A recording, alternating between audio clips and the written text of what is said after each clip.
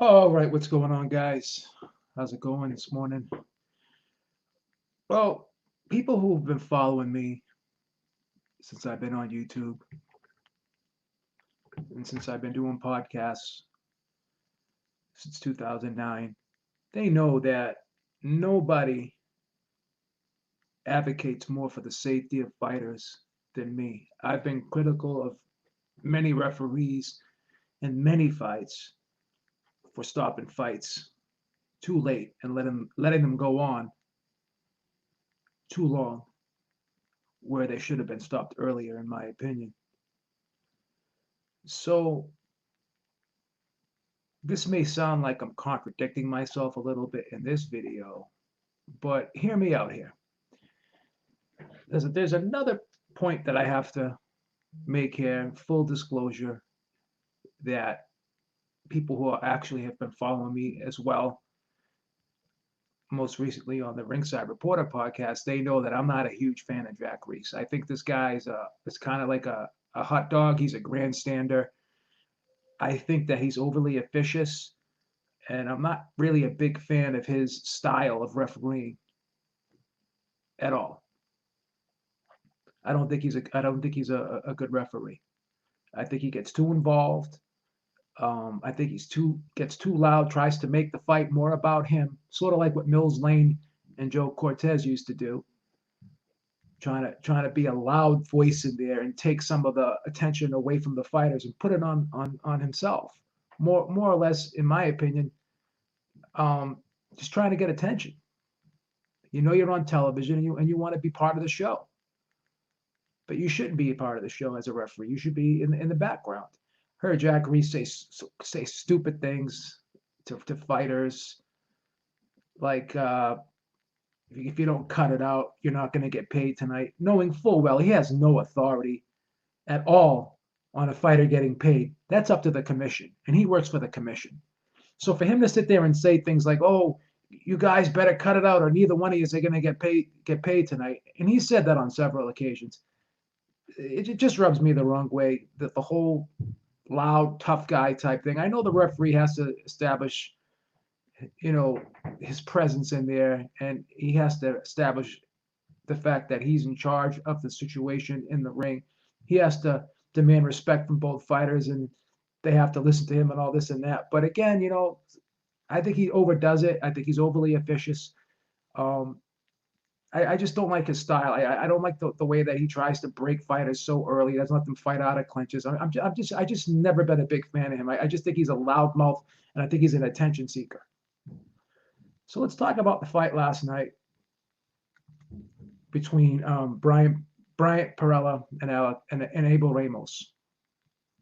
A fight that Perrella was winning handily. I think he on the cards he was up big. Let me read the scorecards here. Now Abel Ramos needed a knockout to win. Okay. And the scorecards were Bryant Perrella was up on all three scorecards, 87, 84 on one, and 88, 83 on the other two. He was he was way ahead. He was in no danger of losing the fight. But here's my problem. Now we heard this in the Chavez Senior Meldrick Taylor fight way back when in 1990 when there was 2 seconds left. We heard this being said that it's not the referee's job to watch the clock. His concern is supposed to be the safety of the fighters. Well, let's challenge that a little bit. The safety of the fighters. So, Meldrick Taylor there was 2 seconds left, and he nodded his head. He said, "Yes, I want to continue," but for whatever reason, Richard Steele did not think that he was responsive enough to his commands, and he stopped the fight. So when a fighter knocks his opponent down, he gets pushed into the neutral corner. Okay, the average ring is about 20 feet, 22 feet. So when you get stuck in another corner, you're virtually 20 to 22 feet away from your opponent. Okay, and you have to stay in that neutral corner until the referee directs you that you can come out after he finishes his count or he decides that the fighter is okay to continue. So if there's 1 or 2 seconds left on the clock, then you have to travel from one side of the ring, which is, like I said, 20 to 22 feet away, all the way over to the other side of the ring to try to get a punch in on your opponent. Now, is it really realistic? Is it even possible to get a punch off when there's 2 or 3 seconds left on the clock? So how much danger is that fighter in the opposite corner who just got up from the knockdown? How much danger is he actually in when his opponent has virtually no time to even get a punch off? I don't care. I mean, if he gets up, maybe he doesn't have his legs under him. Maybe he's not 100%. But who is really, more often than not, most fighters aren't really 100% when they get up from a bad knockdown, a vicious knockdown. It takes them a little while to get their legs back.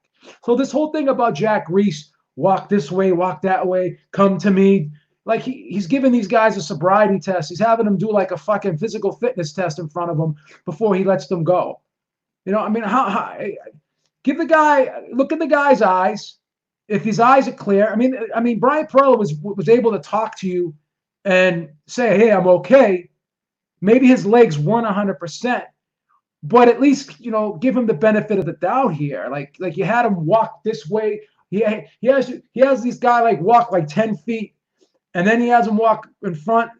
It's like it's overkill. You look at the guy, have him take a couple steps forward, look in his eyes, and that's it. You have him walking this way, walking that way. Pretty soon you're going to ask the guy to start doing jumping jacks. I mean, what the fuck? Is the guy 100%? Should he be 100% after getting knocked down viciously? Probably not, but it's a judgment call. You know, the same thing with the Tyson Fury thing. Like most referees would have stopped that. And I'm glad he didn't stop that fight. But he'll make a statement like, well, it was a title fight, so that's why I let it go on. It was Tyson Fury, whatever. And you hear referees say, well, I know this guy can take a punch. He's durable, so I gave him the benefit of the doubt. So a lot of times a referee will base his decision on the fighter or, you know, the situation at hand, whether it be a big title fight or whatever. But I thought it was supposed to be the safety of the fighters first.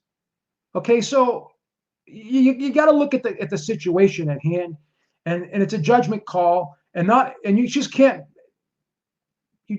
like have one way of looking at something regardless of the situation. So just because you don't like how the guy looks, but you should look at the clock, because realistically speaking, again, there's no way a fighter will be able to get a punch off with 1 to 2 seconds left on the clock. It's impossible. So if the guy gets up and he's way ahead, and again, it's not the referee's job to score the fight, but it doesn't take a rocket scientist to know that Perrella was way up in that fight. It really doesn't. It really doesn't. So to take that away from him when virtually he was in no danger of getting hit again, there was no way at all that Ramos was going to be able to get up and fire off another shot. I don't care what anyone says. Fastest man in the world runs a 40-yard dash in 4.22 seconds. Okay? Now, 40-yard dash is longer than 20 feet. We know that. It's about 5 times longer. Whatever. But that's the fastest guy in the world. So you mean to tell me that a boxer who's not really a sprinter or a runner or whatever, he's going to be able to dash across the ring in 1 second and get a punch off? He'd have to be even a guy that runs a 40 in 4.22 seconds. He's running there, but is he going to be able to stop, position himself, set his feet, and get a punch off? That's just running straight. So the reality of the situation is there's no fucking way a punch can get off. Even in the Chavez-Taylor fight, like this whole thing, again, I'm gonna repeat myself. Thank you, Alexander Wilson. He says Henry Ramirez agreed with the decision. Uh, I don't know about I don't know how valid that is. I know that Perrella's cornerman was pissed off and he was screaming and yelling. So I mean, I don't know. No disrespect to Henry Ramirez, but I mean that's just his opinion. Labido's Don Boston says, yeah, but how is Jack Reiss supposed to know how exactly there's one? Because when you look outside the ring and you're picking up the count of the timekeeper, there's a clock right there. You should be like it's very hard to not know how much time is left on the clock.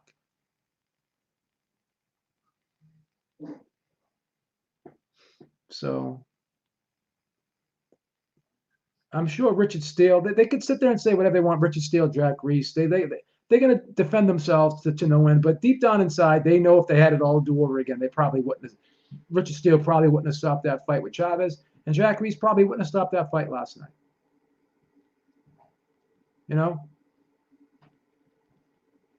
Reiss makes tons of mistakes because he gets in the way. He doesn't let fighters fight out of clinches. Um, he flips out if a guy hits the guy on the belt line. He'll sit there and start saying, "Oh, that's low," when it's a borderline shot. He doesn't give fighters the benefit of the doubt, man. And this whole thing about walking 10 feet this way, walking 10 feet the other, I'm just not a fan of that. I don't. All this walking around is ridiculous. You shouldn't make a fighter have to do that much walking after he gets up from a knockdown. Make him walk a couple of steps forward, look in his eyes, ask him if he's okay. If he responds he's okay, it's up to you to decide whether or not he can continue. But this whole thing that, oh, it's not the referee's job to watch the clock. It is the referee's job to watch the clock because he's always out there. Because when there's a knockdown occurs, he goes out, he looks out to the timekeeper to pick up the count. So the referee should know what's going on in the fight. This whole thing that he's in a tunnel, he's got tunnel vision and he's not able to see what's going on. He doesn't know what's going on. That's bullshit. So it's ridiculous. It wasn't even 2 seconds. It was 1 second to go. Is it realistic to believe? Is it realistic to believe that the guy's going to get a shot off? And the whole thing that I'm hearing people in the chat say the guy didn't respond. Yes, he did respond. He said he was okay. He verbally responded. Go back and watch the fight. He responded. Said, I'm okay. Go back and watch it. He was able to verbally say, hey, yeah, I'm okay. Go back and watch it. You don't stop a fight with 1 to 2 seconds left. Explain to me if it's even possible for a guy to get a shot off in 1 to 2 seconds after being put in the opposite side in the neutral corner in the ring. It's impossible to be able to run across that ring, position yourself to get a punch off. Let's be realistic about it. Let's be real. It's humanly impossible. I don't give a fuck if you have the Flash. I don't care if you're Yoda and you have the Force. You're not going to be able to get across the ring that fast and hit a guy. It's impossible. It's impossible. Let's just be realistic and honest about the situation. We all know that it's impossible. What do you mean he didn't have control of his legs? No fighter has this control of his legs after getting knocked down viciously like that. What do you think, he's going to get up and be like 100% normal? Of course his legs are going to be a little wobbly.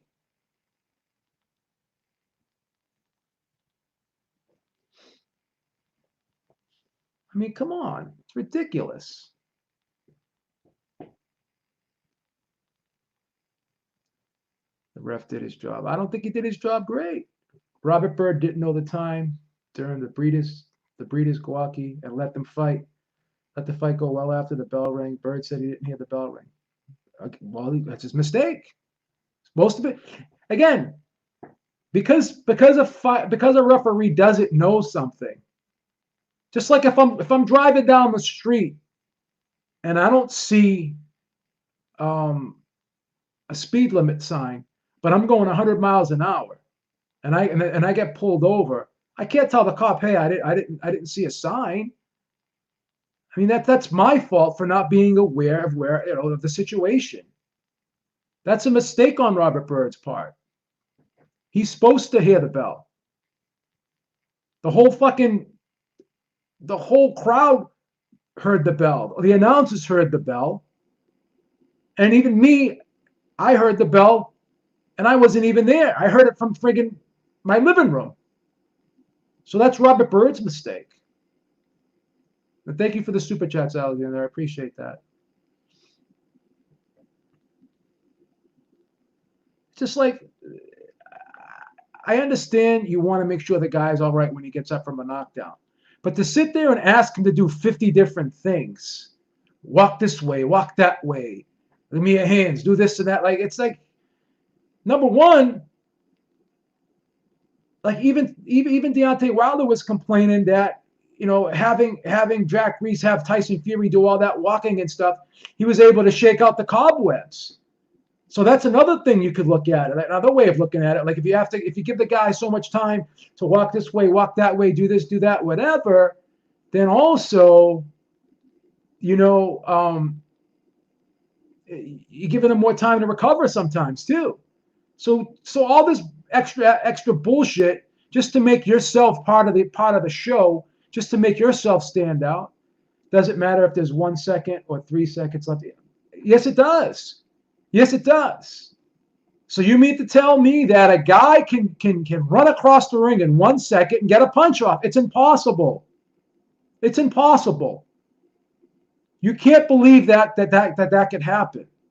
There's no way anyone in this chat can believe that is humanly possible to happen. There's just no way you believe that. You're not going to sit there and tell me that you believe that a fighter has the ability to run across the ring and get a punch off in 1 second or 2 seconds or 3 seconds. That's not possible, Georgie. It's impossible. It's impossible. Perrella was up on the scorecards. He would have still won the fight. Yes. Here was the scores at the time of the stoppage. 87-84, 88-83, and 88-83.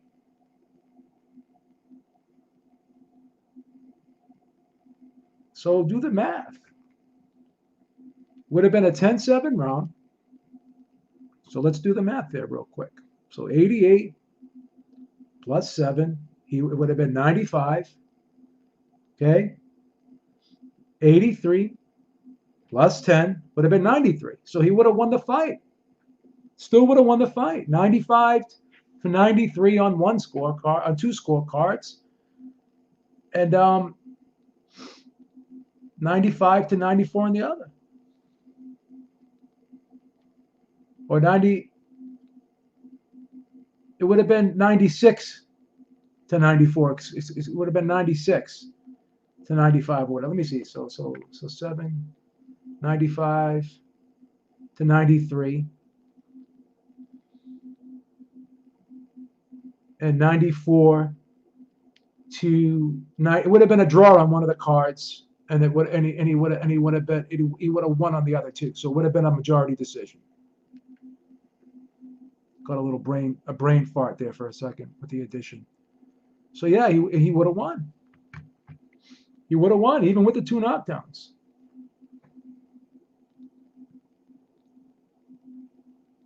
The walking after a knockdown was initiated by the New York State Athletic Commission and adopted by the other states. The first time I saw it happen was Tank Pedraza in 17.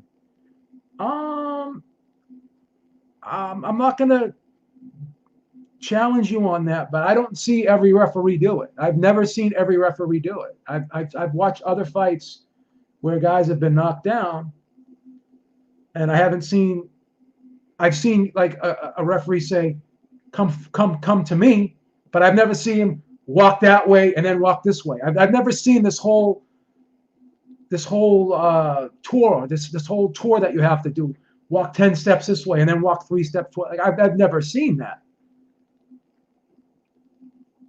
I've never seen that. So I'm going to be honest. I've just never seen a referee make a guy walk as much as Jack Reiss makes people walk. I've just never seen it. I'm just being honest. I've never seen it. So I'm not going to say that you're wrong. I'm not going to challenge you on it.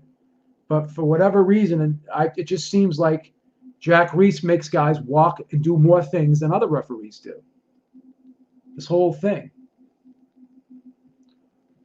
Yeah, I am asking him to be aware of one specific second. He had no. Okay, but again, listen to what I'm saying. You're not paying attention. You gotta be open minded. You gotta think. You gotta think, guys. The referee looks out to the crowd at the timekeeper. Right there, he can see how much time is left on the clock. Okay? He can see how much time is left on the clock because he's looking at the timekeeper to pick up the count. So, yes, he's aware. More often than not, they are aware of how much time is left on the clock. Because then the response is, they say, it's not my job to watch the clock, or it's not my job to worry about how much time is left on the clock. It's my job to protect the safety of the fighters. So my response to that is, how much danger is a fighter if his opponent is not able to get a punch off on him? How is a fighter in danger? With one second left, 2 seconds left, even 3 seconds left, how is a guy going to be able to run across that ring and get a punch off? It's impossible. It's impossible. You're not going to sit there and tell me that that's stupid to stop a fight with 1 second left, especially if the guy's way ahead. The ref is the ref timekeeper, is the timekeeping store. Stop crying. Listen, if you don't like what I'm saying, you don't have to be here, bro. I didn't invite you here. You came here. So if I want to cry, I'll cry all I want, man. It's my channel. It's my channel, and I'll cry if I want to. Cry if I want to. Cry if I want to. You would cry too if you were Perrella with 1 second left and you got beat out of a decision that you were way ahead in. You can't deal with my opinion, then get the fuck out of the chat. You're the one that's crying because you can't handle what I'm saying right now, you little bitch. Let's all cry together. That's what we do, man. This is what we do. There's something fucked up that happens all the time in the sport of boxing, and we all collectively bitch together. That's what we do. That's what we do. We always do that.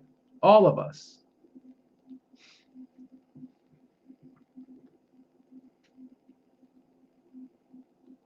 Boxing does this to us. It makes us bitter, very bitter, jaded people. We're already talking about the fight next week, and we're already concerned about the scorecards for next week's fight.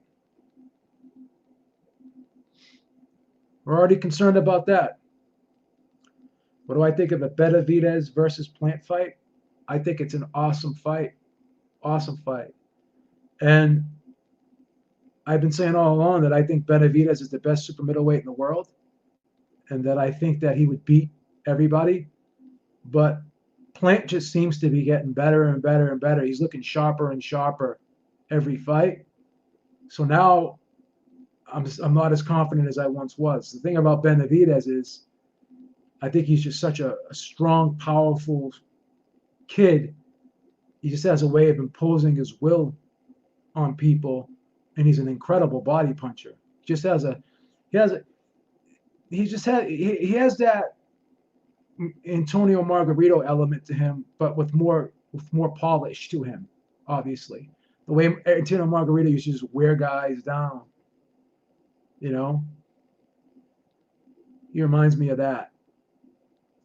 He has that type of relentless pressure that you just have to continue to fight this guy off you for 12 rounds. I think it's tough. But Plant doesn't have huge power, but he's a sharp puncher. He's a guy that can put shots together, and he can have a cumulative effect on his opponent as well. So he can definitely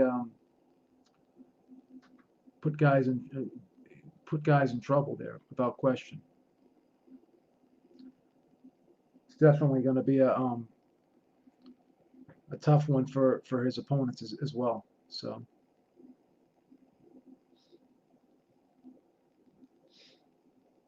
You have to look at who he was in there with last night too. So would he have been able to do that against Benavidez, who's going to fire back at him and hurt him?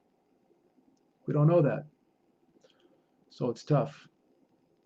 A Plant, you can make an argument that Plant's the best too. I mean, no disrespect to Callum Smith. I thought he lost his last fight. I like Callum Smith too, but I just don't think he's as sharp and as skilled and athletically gifted as these other two guys. Plant, I think it's between Plant and Benavidez, in my opinion. And I think Plant and Benavidez would probably have a good chance, and I would favor them over Canelo, but I would favor Canelo over Callum Smith. That's just how I see it. Billy Joe, I don't know, man. Is he really a super middleweight? What's he done at super middleweight, really? He's really a middleweight, in my opinion. I'm not so sure if I would even classify him as a super middleweight, to be perfectly honest with you. Yeah, you can make an argument that Plant is more skilled than Benavidez. You can definitely make an argument about that. He does have the WBO, I know. I know that. I know that. But I'm just not so sure that I think he's better than the other two. I think the other two I just think the other two are better. I was picking Andre to beat Billy Joe as well. I thought Andre was going to beat Billy Joe. I favored him. I favored him over Billy Joe Saunders, to be perfectly honest with you.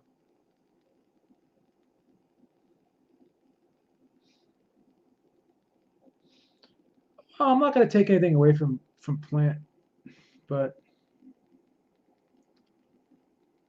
Billy Joe said that he's still contracted to fight Andre on Sky. Okay. I hope the fight happens. I hope the fight happens. All right, guys. I think I'm going to wrap this up. Beeb is out here. Yeah, I'm just going to wrap this up now, man. We're going to be talking about this more, I think, tonight on the Ringside Reporter podcast. I just had a lot to say about this. I wanted to get this off my chest. This whole thing about the safety of the fighters, it's not the referee's job to look at the clock. I disagree with the fact that it's not the referee's job to look at the clock. I think it is his job to look at the clock. He's always looking at the clock when he's picking up the count from the timekeeper. So that statement makes no sense to me. And once again, I'll finish it on this. Of course, we have to worry about the safety of the fighters. No one's a bigger advocate for the safety of the fighters than me. But realistically speaking, it's impossible to get a punch off with 1 second left on the clock. If you're put in a neutral corner and you have to run halfway across the ring to do it, it's just impossible. I just think it's impossible. All right, guys. I'll see you later. Have a good day, and we'll catch you later at 7 o'clock. See you in a couple hours. All right, guys. Peace out. Have a good day. Take care.